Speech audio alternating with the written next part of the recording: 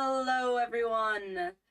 Today I will be going through every single killer, which is a lot. This took me a lot of time in order to actually make this list, and then record has also taken a long time. But either way, we are here, and I want it to be clear because it seems like I constantly have people misunderstand my intentions. Even though it may not come off like this, I am intending to improve the killer experience. I'm intending for killer to be a lot better. Like, there's more variety of options that you're not forced into one, like, singular route of gameplay. You're not forced into just running eerie flesh for Bubba or something like that. It's not meant to be for survivors, really, per se. And this is not going to be the last time I'm going to make this video. I am definitely going to do more, and I'm open to suggestions and change. I do have several reworks for a few killers that I want feedback on, because I'm not too sure, if that makes sense. I mean, you can tell by the way I'm speaking. I'm really not too sure. I'm kind of improvising this intro. I rarely have scripts. It's probably why my videos are so disoriented. But, like, I am focusing on trying to balance, like, the killer power and making add-ons, base kit, or reworking just for every killer. Some are a lot quicker and more minor than others. As I said, some have entire reworks, and some just don't. And I'll try to explain as best as I can. I will try my best to explain as best as I can. But without further ado, let's get right into the video. Starting off with Trapper, we're going to make the total trap count 15 with 10 on the ground, and you start with 5. We're going to increase the setting speed by 50%, increase the haste. Again, you can read, I've talked about this before, but one thing I haven't talked about is that survivors, when they free themselves, they are put into deep wounds, no matter what they are. If they're already in deep wounds, they just get reapplied. But the reason for this is because I didn't want to put Honing Stone, which puts them directly on the floor after getting trapped, in fear of oppression. Because Trapper's a killer that can snowball very, very, very quickly. And while I did want to improve Trapper, I fear snowballing very, very fast could be really bad, especially for solo queue, which is why I've increased numbers. I actually forgot to add something on this list, but basically after they free themselves, after 2 seconds, the trap will automatically be armed. I forgot to add that to the list. I'm sorry. But you can see all the add-on changes. Nothing really notable about the add-on changes. As I said, I talked about this before. So, I don't know what you want. Feel free to pause and read. I'm moving on. Next, the Wraith.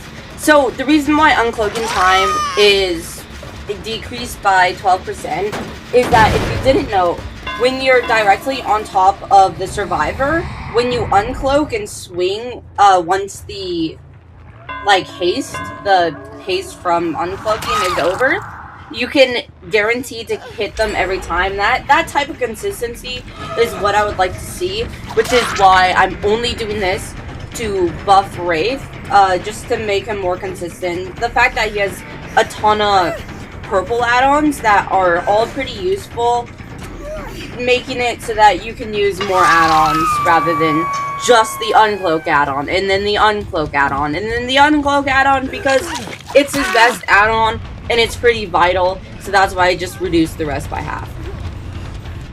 The Hillbilly, otherwise known as Billy. I increased the turn rate by 30% because a lot of his turns aren't possible without this add-on, and considering how commonly it's used and the fact that this add-on is base kit for 2v8, I figured making a base kit like this is fine. Plus we have counterweight for new people or people who want the old turn rate for some reason, and counter rate isn't as much as a meme add-on anymore. It's more for newbies. And then I just halved everything again. I don't want the turn rate to be so unusable. But then again, it's nice to have his turn rate the best it possibly can. The Nurse. The reason why the terror radius is increased and they have a lullaby is to both make it so that Undetectable Nurse isn't that good, but also, if you don't know, some of her best add-ons for competitive or for streaks allow her to blink 40 meters, like pretty much instantly, and right now her terror radius is 24 meters, meaning she can just, you can think you're perfectly safe and then she'll instantly blink on you, which having a little precaution is good considering it's just a lullaby. You wouldn't be too shocked. Plus, while she is charging, she'll be inflicted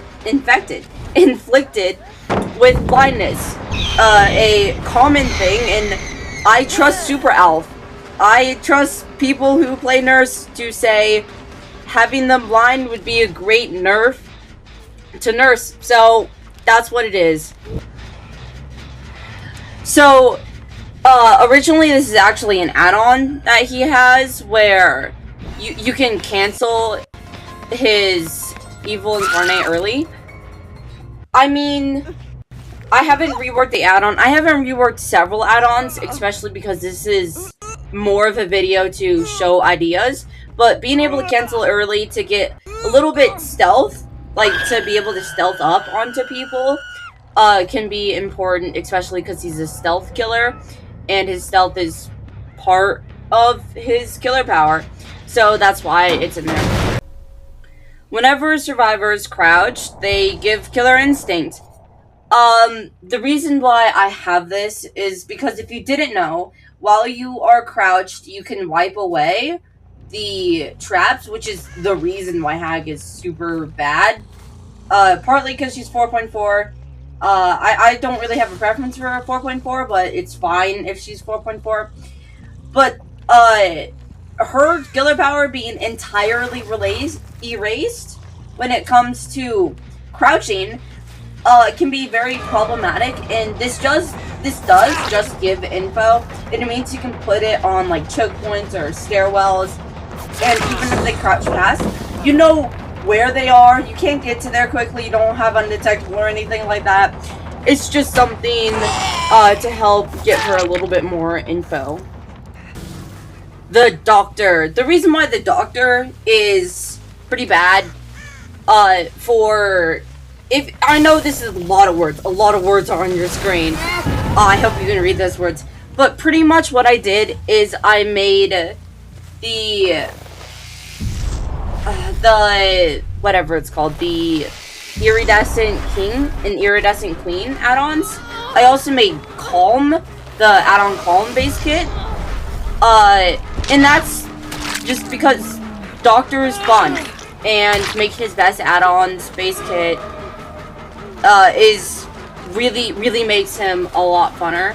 And just changing up his iridescent add-ons, really the point of this rework is to make Doctor still as viable, make his iridescent add-ons not as necessary because they are put into base kit, and having the Calm add-on, which is his funnest, and yeah, which is just his funnest add-on, and putting that into base kit really works out well.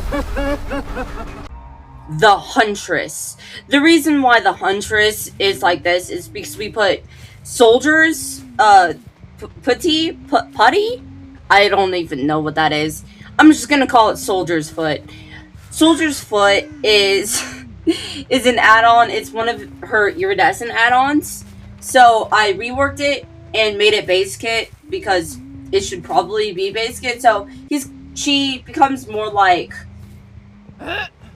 the animatronic Springtrap, where when they don't have hatchets, they move at 4.6. But I also made the haste after hitting a hatchet into base kit because it rewards good, like, hitting. It's one of her more fun add-ons, even though I don't really play Huntress. I don't really like Huntress. But her add-ons, giving her haste after hitting a hatchet is pretty good. You can increase the haste to 10% with the 2 add-ons that increase the haste. And she's 4.4, and so this will help with catching up after hitting, and it doesn't do anything if you miss. So this is just to help her out. She's still relatively weaker. I mean, at least compared to some of the other killers. The Cannibal. After hitting a survivor, gain 1 charge. So this is making his Fury Flesh base kit, or partly, not fully base kit. You can't go as long, but it also means it counters cheaters because you can do the up-down thing. I love that. Epidemic is so good. But making his thing base kit means it just helps him again, like Huntress. It's like it rewards being good at the game, and it means it reduces the downtime after not having it. And then the reason why the tantrum is because if you have add-ons to increase the charge rate, that way it takes longer to charge. Sometimes if you have really bad lag, it will tantrum out. So I just want to avoid that. The Nightmare, otherwise known as Freddy Krueger. I like him, but I feel like everybody who's played him knows at least once when they go against a team who keeps dropping your dream pellets when you're trying to use them to catch people off guard and set them up, and they just keep doing it. Holy, you're spamming it a whole... So, I fixed that. You can't drop dream pellets while awake. You can still drop them, but there's more of a risk to it. Now, I thought about changing this a little bit where dropping dream pellets makes you sleep. Or even something like when he hooks, he gets his teleportation back, but like feedback on that, you know, I'll get back to you on that one. The Pig. When a generator is completed, reduce the trap timer by 10 seconds. The reason why this is it's actually an add-on. I didn't change the add-on, so the effect is doubled with the add-on. But pretty much the reason why this is on is because, I mean, her traps are kind of useless. That's why. And it really punishes survivors who are careless, or survivors who don't put the trap on, or don't get the trap off. Because if you don't know, the traps are automatically taken off at the 4th box. Meaning it really doesn't take that much, and her traps are inconsistent at best.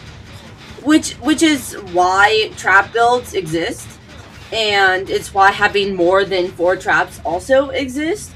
And I didn't really feel like putting that into base kit, so this also works, because there's a lot of times where we get like 3 or 4 generators nearly completed, and like they do it all at once, and you know the trap activates, but like 3 generators were done, so it really doesn't matter. And increasing the ambush windup is to make your ambush better, because your ambush is also something that is often neglected. Either you have a trap build or an ambush build, so buffing a little bit of both really works out well just in overall buffing the pig.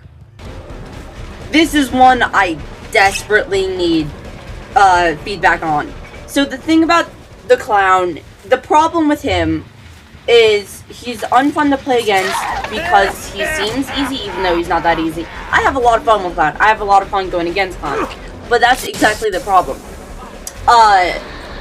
It's the fact that he can just set traps anytime he wants, and there's often not much you can do about it.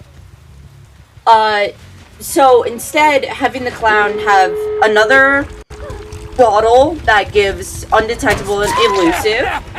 That way he has more versatility, increasing the reload, but also increasing the number of bottles, so you aren't just stuck where you have no bottles and, you know, there's nothing you can do as a killer, because that feels awful. But the concoction was also made in order to just basically remove his power, and instead he drinks the power.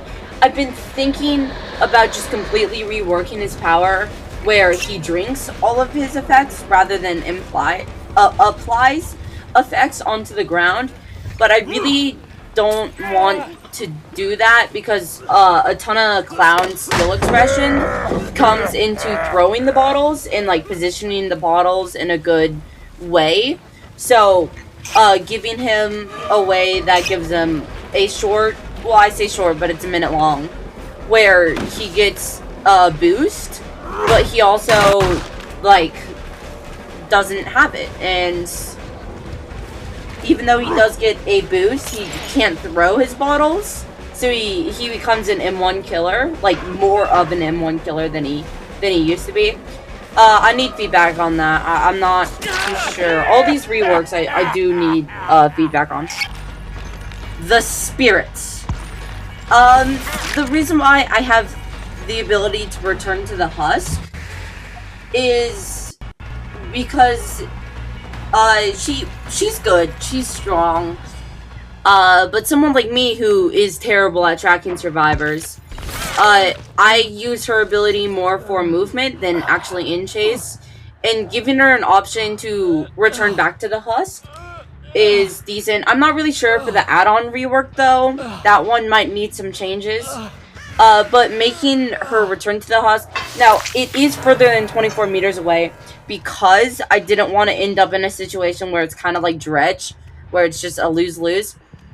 But it does mean like you can go check on a generator, you can make sure something's regressing or not, you can use like turn back the clock, or, you know, something like that, where you can like check it and then return back to the husk. And because it is limited time, it would be pretty hard to actually make use of it in chase. So it's like info, it's movement, it's optional, and it makes the husk more of a threat, because sometimes as survivors I face a spirit and I just go up to the husk and like wait for it to disappear because it's just not that much of a threat. And considering Jason's husk can injure people, I figured adding that to Spirit won't hurt. The Legion is a killer that is also going to be completely reworked. And this one's... it has text, and I put text, but it's way easier if I just explain it verbally. So basically, his first, he needs 5 chain hits in order to down, like the 5th one downs, as his power is right now. However, once he does that, that number goes down to 4, and it'll stay at 4 while there is 4 survivors. So once there is, let's say for example, he gets the tunnel out, and there's 3 survivors, then he needs to charge up and do 4 hits, and then once he gets those 4 hits, he'll go down to 3 hits. And this just goes down after you reach it, to, if that makes sense. In the last hit, he'll enter Mania, and this Mania makes him stronger, him or her. There's multiple people in the Legion, but it's to make him stronger and to reward getting to that last charge, and it will cancel as soon as he vaults or he breaks. But vaulting and breaking will be super fast, and it'll obviously cancel when he swings. He or she, man, I keep doing that. But the whole point of Mania is to be like clear to both killer and survivor when he can and cannot down. So he can down in Mania, but as I said, he can't vault or anything like that. But the point of Mania is to give him more flavor, a little bit more action to it without actually making him worse. Also, need some feedback on every single rework, So, I made her best... I should make an intro, sorry. The Plague. I made her best, add-on into base kit. The reason why, the add-on that gives her power after a generator is completed is so necessary, because it's the only way she'll ever get her power more than once without, like, the apples, which, if you don't know, increases the pools. Or, like, increases the starting pools, which is exactly what I did. So now there's 2 that will start corrupted. And the thing is, if you go against experienced survivors who just will never give you the power, who will never give you M2, you're essentially an M1 killer for the entire game. Which is exactly why the generator completed add-on is so important to her. Because, like, there's no other way to get her power, and the one time you do is, like, gonna be the only time that match if you go against experienced survivors. And so now they get it twice a match for the full length, but only 10 seconds when a generator is completed. So not as good as the add-on. I didn't rework the add-on, but I will change up the add-on if necessary. The Ghostface. So, similar to Pig, oftentimes builds are like one or the other. And Ghostface being one of the weakest killers, I really didn't want him to be that weak. However, I didn't want to rework him into being something stronger because he's very fun to play. Ghostface simply is one of the funnest killers to play. So I really didn't want to make him, like, rework him, which is why his recovery is changed, why I'm changing numbers. Increasing the crouch speed, just cause to make the crouch speed more viable mid-chase for, like, literally mind games, probably. The mark duration is gonna be increased, the time to mark is gonna be increased, and, you know, those were Philly and Cheap Cologne. Those were both things that were already in there. They were just add-ons put into base kit. But I do want to talk about Marking Survivor gives 5% haste for 5 seconds. That was drop leg knife sheath. Jeez, that's hard to say, especially with my accent. Drop leg is an add-on that's very fun and really good in order to confirm downs. So reducing the recovery and making all that is important. And the reason why I want to make this base kit is so you can do multiple different styles of builds while he isn't, like, forced into one. And making drop leg more of a sustained but less good. So instead of 10 seconds, it's 5%, but it's a lot longer. So you do get 10% haste for 5 seconds, but then you get 5% haste for the next 10 seconds, if that makes sense. So it's more sustained, but again, the mark duration is 70 seconds, and if you're right by a pallet, the haste doesn't really matter. So that's why it's like that. The Demogorgen.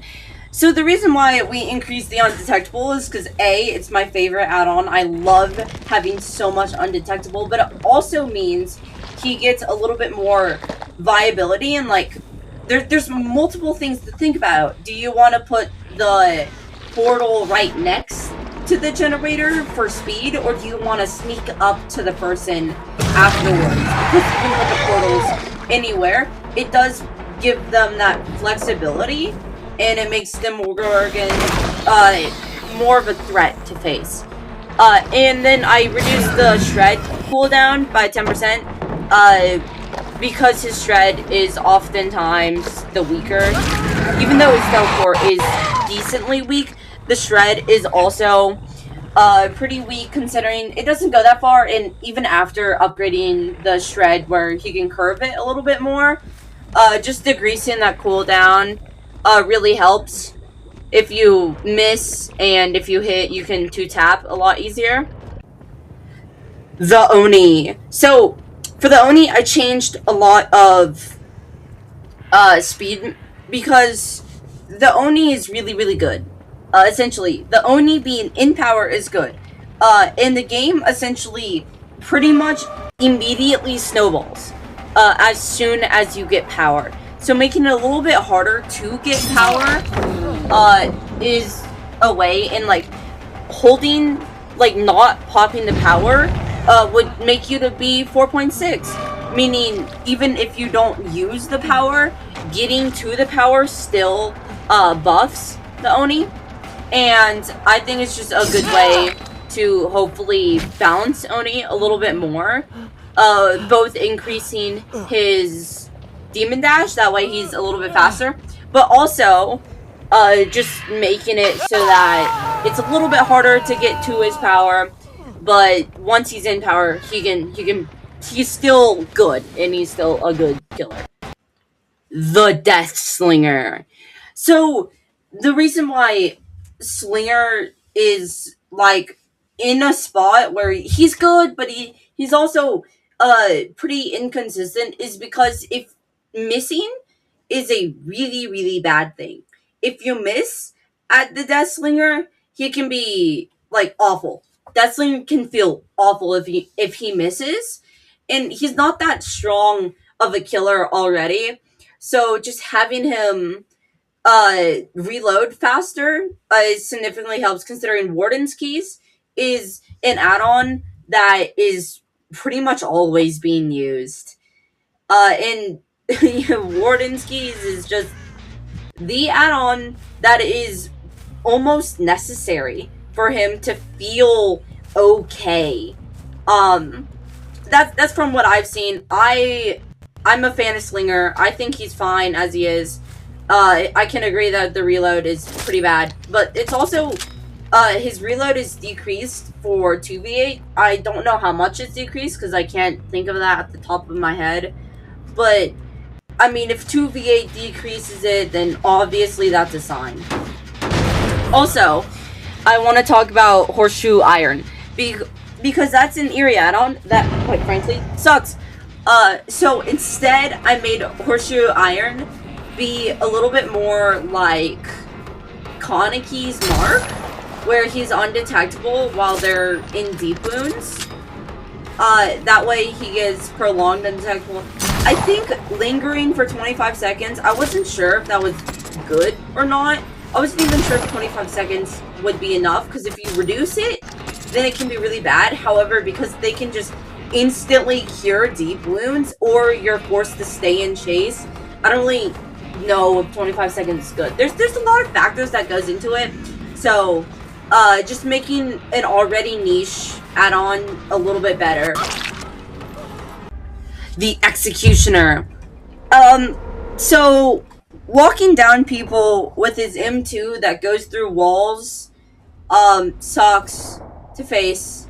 Him being 4.4 while you know, being able to hit you from range through walls, a little too much in my opinion. It always feels bad when a killer, especially an M2 killer, just holds their weapon and there's nothing you can do. And it's even worse for Executioner, considering he leaves a trail of torment and you can get caged and even moried with it.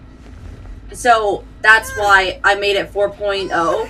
It's not like he's not walking you down, but he's also, he's not losing anything, he's not gaining anything.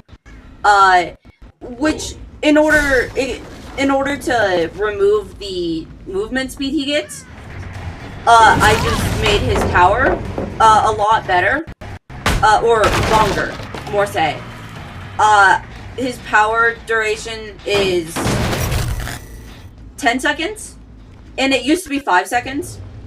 And by duration, I mean while he's walking you down with torments, while he's holding the power, it's 10 seconds instead of the original 5. The Blight. Another S tier that I am nerfing. The hard part about the Blight is that if you rework him, then there's no killer that is quite like him, and he's pretty fun to play. I'll be honest, he feels like a pinball machine, and he's pretty fun to use his power, and his power does have a lot of skill expression to it, so I didn't want to just gut his power. So instead, I made his charges come back slower the more charges you use. That way, you know, if he messes up, it's not going to be that... It's going to take longer, and it's going to be 4.4 for longer. But considering it takes 5 seconds after breaking a pallet, because it reduces 2 charges, is fine. And considering he has an add-on that restricts his charges to 3, you know, 8 seconds isn't that bad, 14 seconds isn't that bad. It's not a complete gutting of his power, but it is making him weaker, for those in-between spots. It's just, it's small. The Twins. So, Twins is a killer that's strong, but decently hard to play, and it's mainly because Victor is decently hard. So, just reducing the charge time is more quality of life than anything, and making her undetectable for 10 seconds, after is a add-on that's used pretty much, a lot of the time, and it's something to help her out more, and it's undetectable. It's not like I'm giving her a haste or anything. And then for the eerie pendant, it used to be while Victor is dormant, and they have to be dormant for a while. It gives 40 seconds of exposed. Instead, it's gonna be just a simple 30 seconds, which, you know, if Victor and Charlotte are totally far away, doesn't matter. But Silencing Cloak is the other eerie add-on, so while you are exposed, Charlotte will be undetectable, so they can sneak up on you as you're exposed. It's something to help her out. It's an iridescent add-on. It's not something that's vital. It's just something to change the power a bit and lead to funny moments. The Trickster. Sorry for the delay. It's been... I don't know. Every style rank gives 1% haste, action speed, plus 5% as well. All basic actions, whenever you read all basic actions, I'm talking about vaulting, breaking pallets, and... yeah, just vaulting, breaking pallets, is what I mean. Breaking pallets or, like, walls is what I mean when I consider basic actions. In Trickster's case, it'll also count for reloading, but that's already built in, so there's no need in speaking with it. With the Trickster rework, there's a lot. The ramp up is gonna start at 6 blades. That way the ramp up doesn't happen while you're... that way, like, it happens if you miss blades. But, like, if you hit all 6 blades, you're gonna put away the power anyways. So, why have the ramp up earlier than that? It just doesn't really make that much sense. His blade count being 44. It's back to his original. His blade count being 36 sucks. It just sucks. And for the main event, it was one of his add-ons, his iridescent add-on, Death Rose compilation. I can't pronounce that. But it only gives him 11 blades, so it's not like it's gonna give him a down. It's only gonna give him 11 blades. It's not something that's going to be entirely good, because again, you can't get it down with 11 blades, you need 12. So, simple math, it's not going to give you a down, but it is better. I don't know why I'm clapping. I do that. Main event, revealing the aura, is something that's also an add-on. It's his eerie photo card. It's just, again, something like that just doesn't need to be changed, just to help him out. Entering A rank is another add-on. I couldn't find what add-on it was, because I really hate the character and I never want to look at him or play him. So that's another add-on, and it's just to make more ranks matter, because currently it's like he's either S tier or he isn't S tier, And if you're S tier, you're doing amazing. If you're not, then suck it up.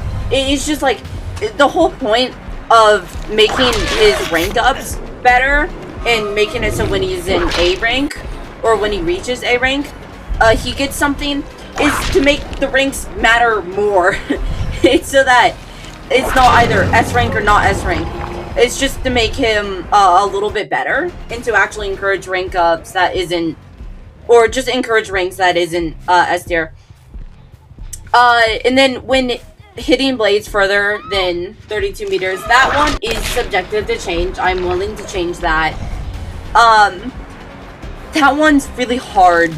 It's another add-on, and it's pretty hard to hit blades that far away, so the laceration being doubled is nice. Yeah, I know this is a long section. Movement speed being different when he ramps up is because I made the ramp up better. It's throwing 100% faster and then 200% faster. So him being 4.0 when he's throwing his blades is because he's already 4.4, and him being 4.0 is one of my favorite add-on combos from before he was reworked, and so it just makes him throwing blades a bit better. And then Ripper Brace is what it used to be, is what the basic action used to be. Lucky Blade and Trick Blade. So Trick Blade needs you to ricochet off the wall and hit them with a ricochet, and then it needs 5 more, or it was, and then it needs 8 more blade hits after that. So making it 5 means once you injure someone, same thing with Lucky Blade, once you injure someone, or not if you're hitting multiple people, it'll give you something, and then just increasing death throws because I made it base hit. The Nemesis, it did that thing again, why? Increasing the zombie movement speed, increasing the infection you get from hitting the zombie. It's just to make your zombies more viable. See, the thing about Nemesis is that his zombies are the weakest part of his kit, which is why I'm increasing them. Increasing the zombie movement speed, that way they're a little bit more of a threat. They're still not that much of a threat, but it makes them a little bit more. And increasing the infection gained from hitting a zombie, you know, it just helps out because you're oftentimes not hitting a zombie to gain infection. You do it to gain a rank quickly, but you're not actually using it. And then Shattered Stars badge. If you don't know, making the zombie movement speed increased by 200% makes them near running speed. Near survivor running speed. And considering they can be countered by a pallet, or by flashlights, or even head-on. You can use Last Stand or head-on against them, and it'll kill them. Funnies. That's why. The Cenobite. So, this new effect, I want it to be a thing, but I don't know the specifics, and I need feedback on it. This is another, like, rework. I know it says buff, but it's a rework. Basically, if he misses the chain, or possessed chain is what the official ability is called, but whenever he hits it, it's going to become chained, and it means they're going to be blocked.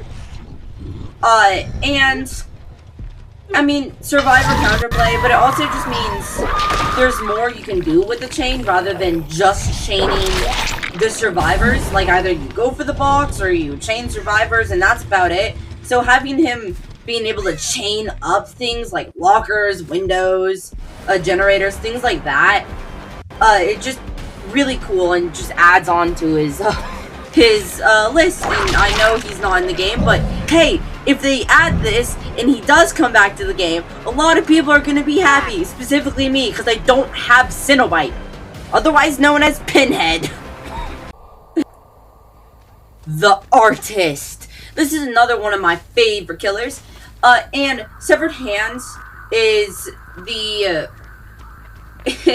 is when survivors come near a swarm survivor, they become swarm too. It's her best add-on, so making it base kit is something that helps. The thing about Eerie Feather and Garden of Rot is that Garden of Rot gives, Expose, except it's bad, and it's really hard, and it's really weird, because it's like, Huntress has Eerie Hatchet, but Eerie Feather doesn't give Exposed. So, I changed Severed Hand so that it's cooldown based.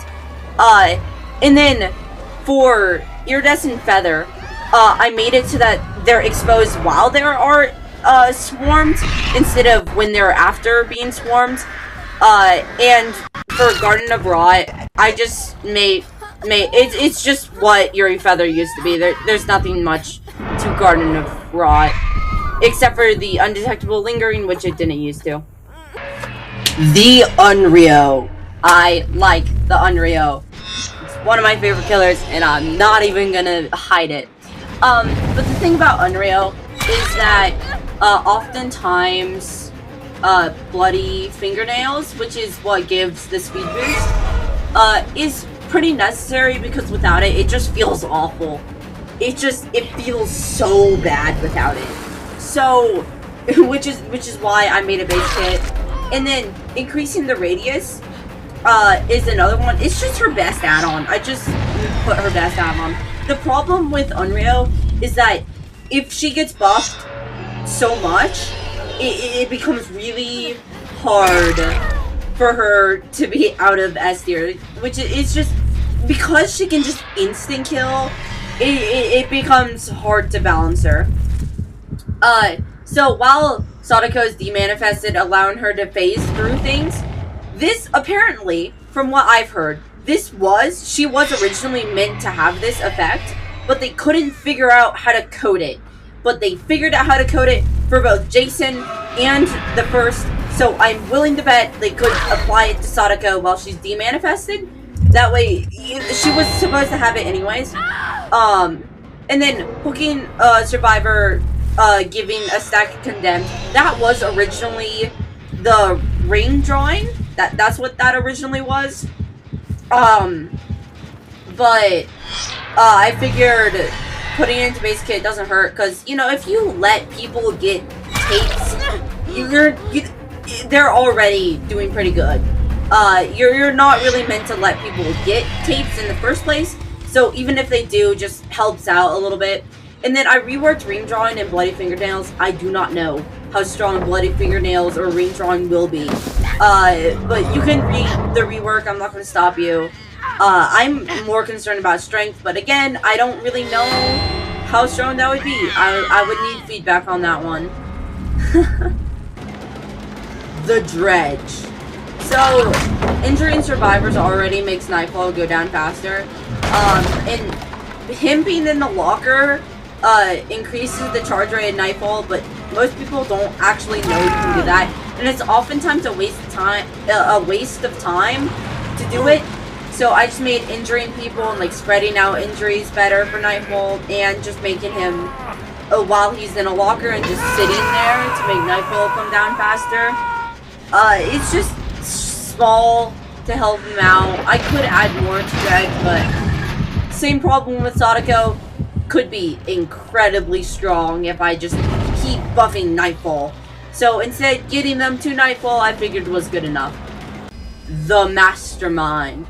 Otherwise known as, I'm blanking out. Wesker, otherwise known as Wesker.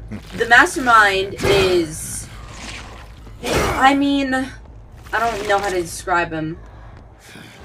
He's not very threatening. Ouroboros is not very threatening. While his main power is incredibly fun and there's a lot you can do with it, Ouroboros itself just isn't that threatening, and it's supposed to be his masterpiece. So, reducing the spike rates to 4, that way people can cleanse themselves twice instead of 3 times each, which is a lot. It's a lot already, considering it's not like that for Nemesis. But making the infection also spread, just overall making Ouroboros something more of a threat than a nuisance. The Knight. See, with the Knight, the Knight's something that's very interesting. Because while he has 3 different people, the Assassin's the only one that can reliably get injuries, and the Jailer is just a time staller. That's all the Jailer does. And the what? Cornifax? Again, that's really hard to pronounce. And the Cornifax, or whatever it's called, is not really meant to be in chase, considering it's the one you use to break pallets really, really fast. So just giving the Knight a buff while he's using his peoples. The Assassin giving undetectable makes sense. It's an Assassin. The Jailer increases action speed because the Jailer is going to be the one that's going to be in chase the longest, which is why the action speed is there. And then Crucifix giving 5% haste. It's not really meant to be in chase, but if you do put him into chase, it's not like the worst thing in the world. Again, the Assassin's the only one that's really going to get injuries. And then the Town Watch's Torch is originally the add-on that gives undetectable. So instead, I made it so that the flag manifests 5 seconds later. That way, it's just harder for survivors to get out of chase early. The Skull Merchant. I know, very cool. This one's another rework. Oh man, I added a lot to this rework. That's a lot of words. So I'll explain it verbally for those who don't want or don't feel like reading. Basically, there's 2 modes to the drones. There's the dormant mode and the active mode. The active mode is what does the scan lines. The active mode is, as I said, does the scan lines. The dormant mode gives undetectable while in the dormant mode's like scan radius. Anybody who's inside the dormant mode's radius will be tracked. They don't have a tracker, but they will be tracked on the radar. And for the scan mode, I changed the scan lines. So at scan level 1, they get hit with a tracker and the killer gets 5% haste for 5 seconds.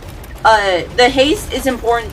If you don't know, if you don't add haste to Skull Merchant, she becomes worse than Bloodlust. And that's not even a joke, which is why she gets haste. At skin level 2, they are hindered for 10 seconds, 10% for 10 seconds, and then at number 3, they are injured and put into deep wounds, and then they get, and then the killer gets 5% haste. And then everything past that gives both hinder and haste for 10 seconds, and a little bit of aura reading on top of that. So, which is why the active mode is the active mode. However, the dormant mode isn't that bad because it does give information and undetectable, and the undetectable lingers for 10 seconds. The survivors can now pull out their trackers because the trackers given to them at the first scan level with the arrow minigame, and it'll just reset the scan level. And then I know more. When disarming, you can only disarm the active drones. You can't disarm the dormant ones, but you can disarm the active ones. When disarming the active ones, when you fail, it gives 2 scan levels, and when you succeed, it gives 1. So if you disarm the active, it'll give you a however you call it. It'll give you a tracker once you disarm it. That way, and you can just pull out the tracker. But when you fail it and then successfully, you'll instantly be injured because that's 3 scan levels, unless you pull out the tracker before you retry it. So this is my proposal for the Skull Merchant rework. I need feedback for this one as well, so that would be much appreciated. The Singularity. If you can't tell by the Singularity being in every single killer video I have posted so far, Singularity is another killer I really enjoy. So increasing the range really doesn't do all too much, except it helps set up a little bit better, and it means you can teleport to them in a farther set. It's my favorite add-on. and it's something that just really helps him out. And then I just have the add-on that it comes from. The Xenomorph. Fixing the bugs. I know it says buff, but it's more of a rework. So, fixing the bugs is... I mean, this is one of the killers where there's so many bugs, you can never really tell which is intended and which isn't a bug. So, just fixing those, please, and thank you. And then, this one is where the rework happens. From Mr. Headache, he would want Xenomorph to be a little bit more stealthy, like in the movies, how the Xenomorph is this threat that moves around super quickly, is smart, and is stealthier. So this is exactly what this goal of the rework is. While in crawler mode, the movement speed is 4.4, it was 4.6, but the terror radius is not there at all. It's instead a 16-meter lullaby instead of a terror radius. And what I mean by lullaby is that it's going to be like a beep instead of anything, like a turret beep or radar beep. It's going to be the lullaby. Just, you know, like Alien Isolation, that's how you would see where the Xenomorph is. You would see it through a radar. Just something that's neat. And then while you're being attacked by 2 flame turrets, resistance is increased by 25%. This is just to help, because there's kind of nothing you can do if 2 flame turrets are attacking you.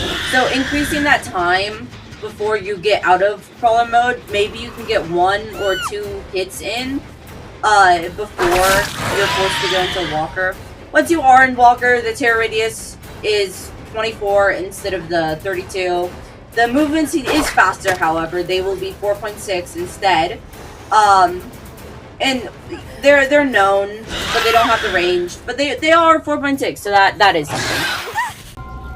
The good guy, otherwise known as Chucky. So, Chucky is a killer that this is also a rework, even though it says buff. I'm terribly sorry. I was tired. Okay, it was like 2 in the morning. I haven't gone to sleep. I was tired. Okay. But basically, Slice and Dice is going to be a different ability than Hidey Ho. Hidey Ho and Slice and Dice do share a cooldown. So you can't use both at once. You cannot use both at once. However, it does mean you can use Slice and Dice a little bit more often, reducing the cooldown. And it means you can either be undetectable or you can go super fast.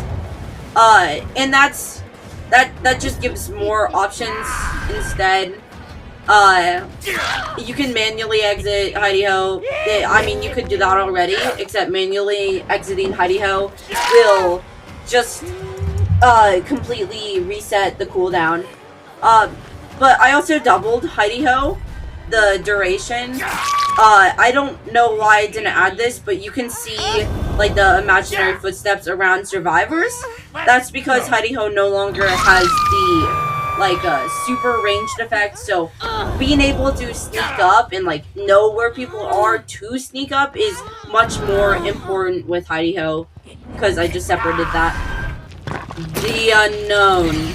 So the thing about the unknown is this one actually took me a while to figure out. It's because the unknown is a really good killer, as he is. I mean, he feels nice to play, hitting the shots are rewarding, the counterplay isn't too bad.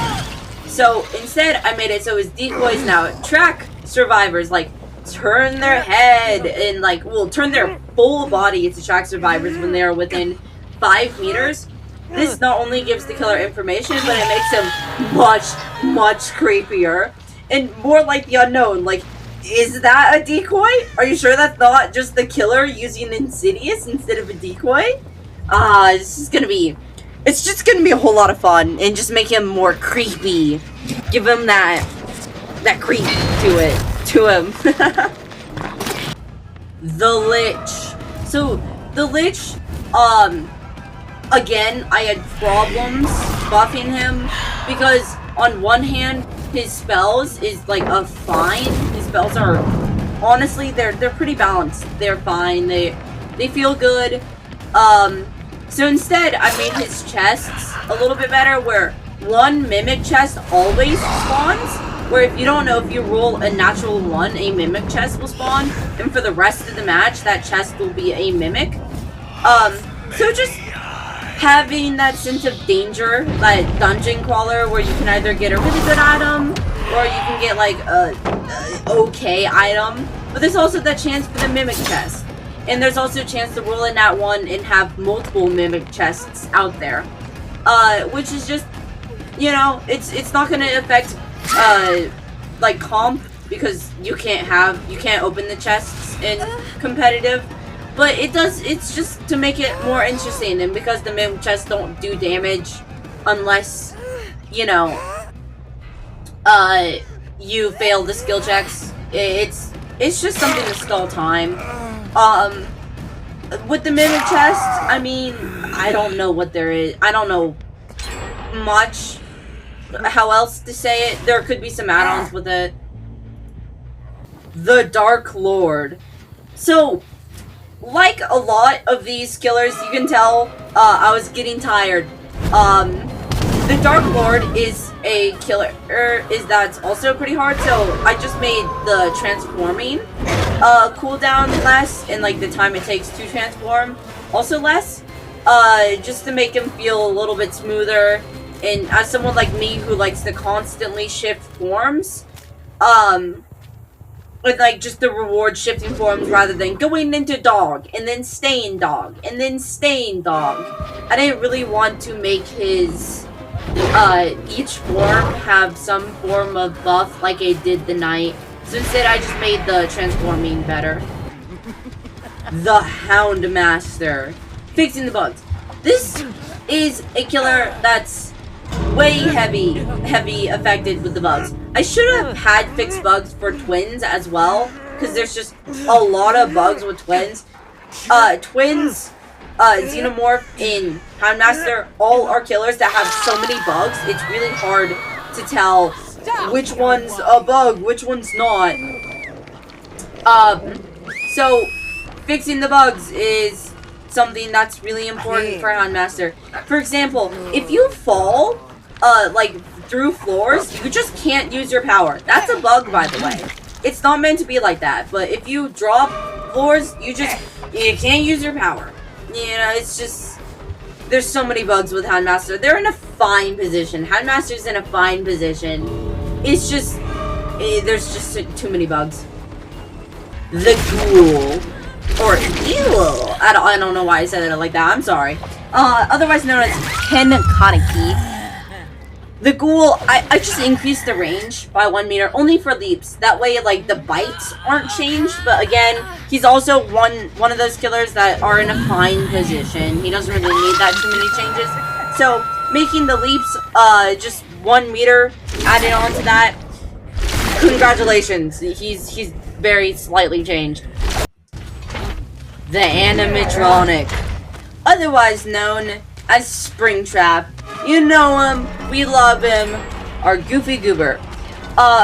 Increasing the undetectable, he is supposed to be a stealth or kind of half stealth killer, so increasing that in undetectable. And then increase the door action speed. I know that's a little ambiguous, but I more mean like increasing the time it takes to enter the door, to exit the door, to move through the door.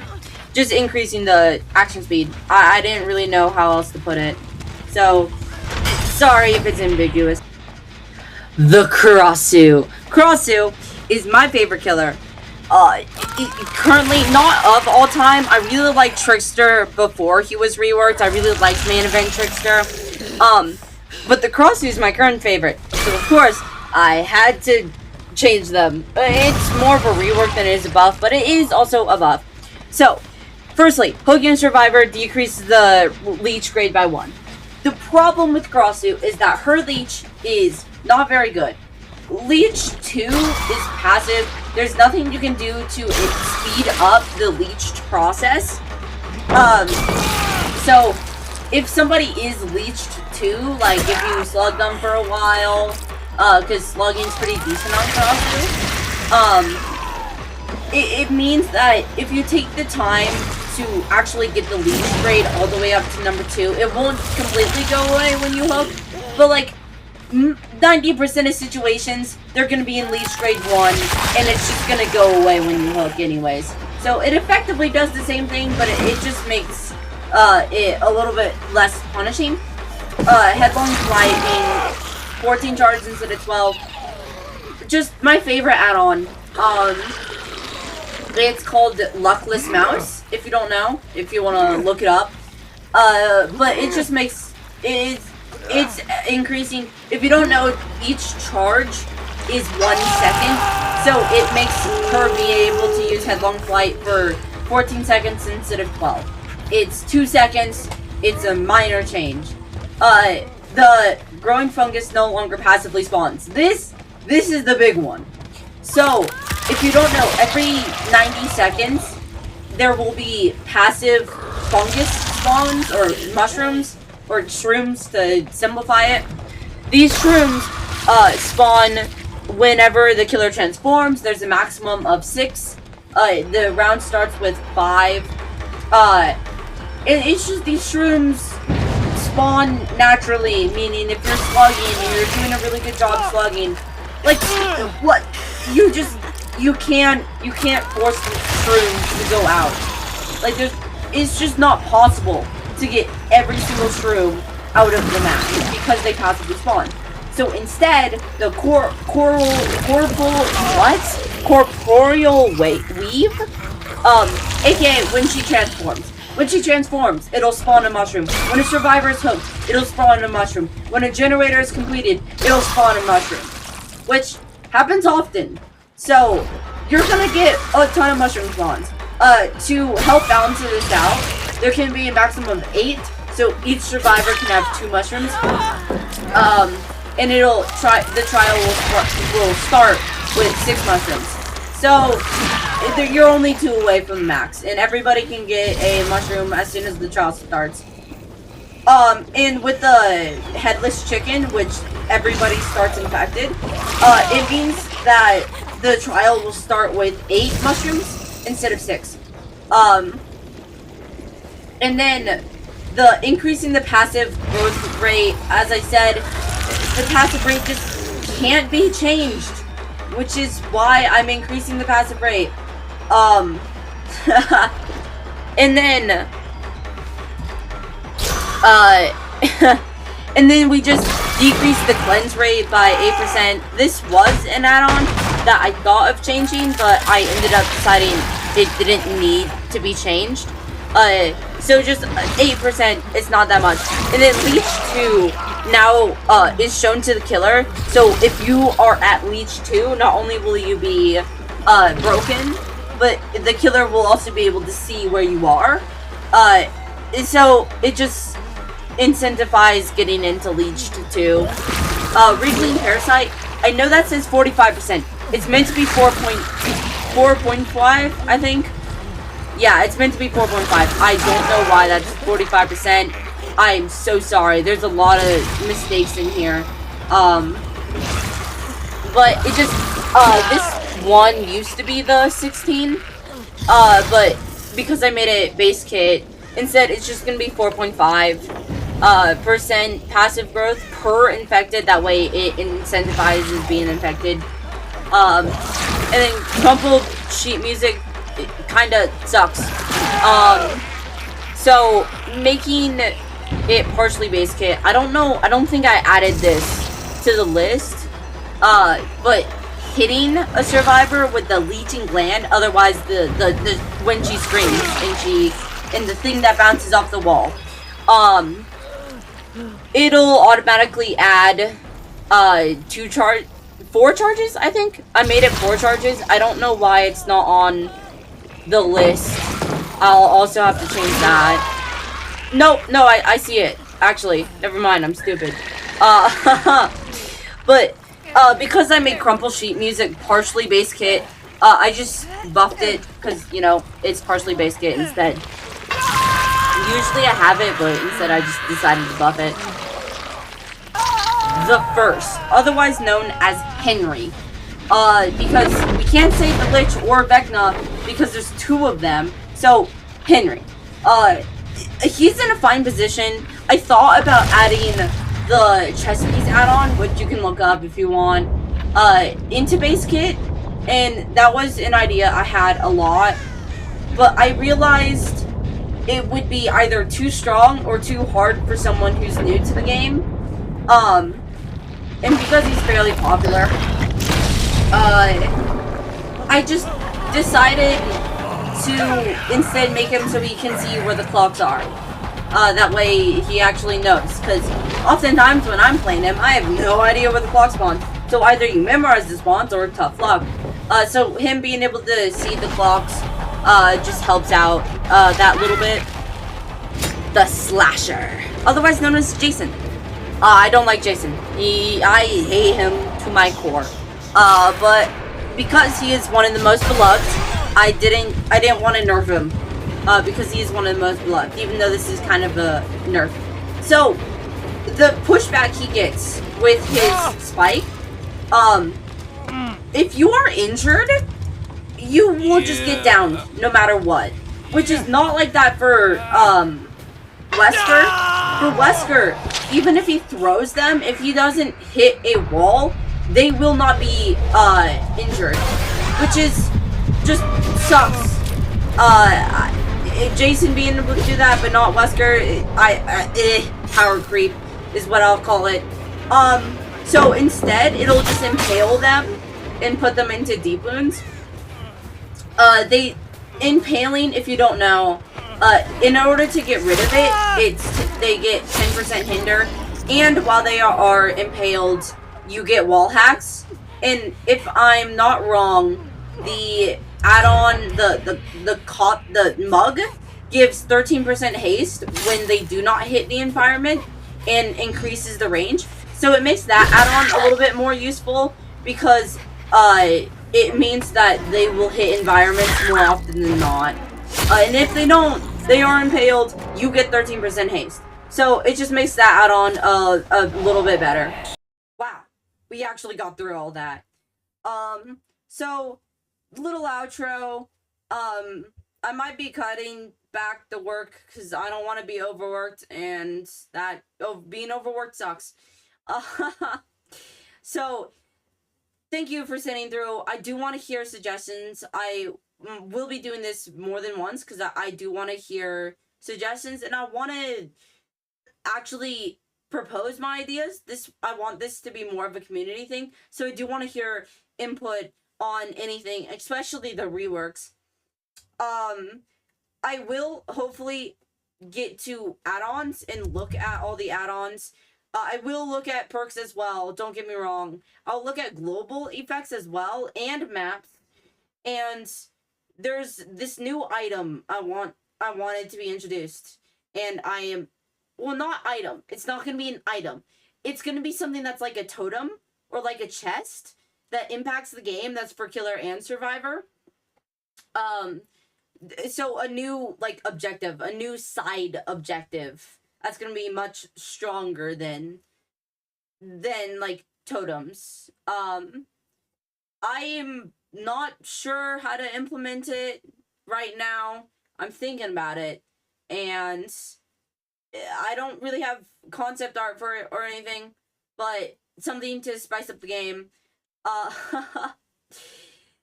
So, with, like, perk changes, hopefully I'll be looking at add-ons, global effects, and perks. Mondays, hopefully I will have something out. Not every Monday, because it takes time to get ideas and, like, compile them. Same thing for not every Wednesday. But, like, I'll hopefully be describing things. But every Friday, I'll have a fun video for you to watch. And it's supposed to be fun, supposed to be quirky. This is a long video, and my throat is burning. I stayed awake till, like, 2 to 3 o'clock 2 days in a row, and I am tired. I am exhausted. I hope you enjoyed the video, and I'll see you guys next time. Peace.